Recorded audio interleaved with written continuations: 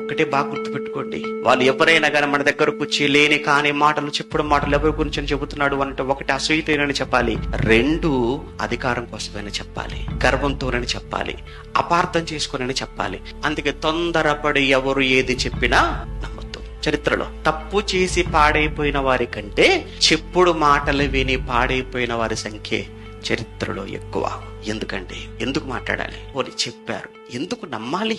నీ కాపరి పైన, సేవకుడి పైన, లేదా భార్య పైన, భర్త వ్యక్తిత్వం పైన, భార్య వ్యక్తిత్వం పైన నమ్మకం ఉన్నప్పుడు ఎవరైనా ఏదైనా మన దగ్గరకు వచ్చి మాట్లాడుతున్నప్పుడు షటా, నా భార్య గురించి మాట్లాడే అధికారం నీకు లేదురా. నువ్వెవరమ్మా నా భార్య గురించి చెప్పడానికి? నా అత్త గురించి నువ్వెవరమ్మా చెప్పడానికి? నా అత్తడు నాకు తెలీదా?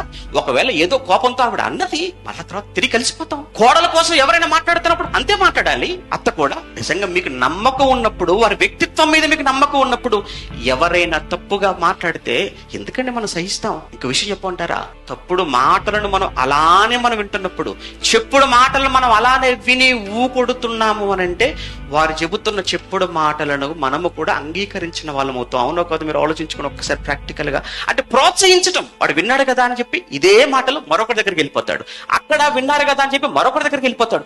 ఇలా మొత్తం సంఘం అంతా, కుటుంబాలని, ఈ సమాజం అంతా కూడా ఏమైపోతుందో ఒక్కసారి మీరు ప్రాక్టికల్ గా ఆలోచించండి.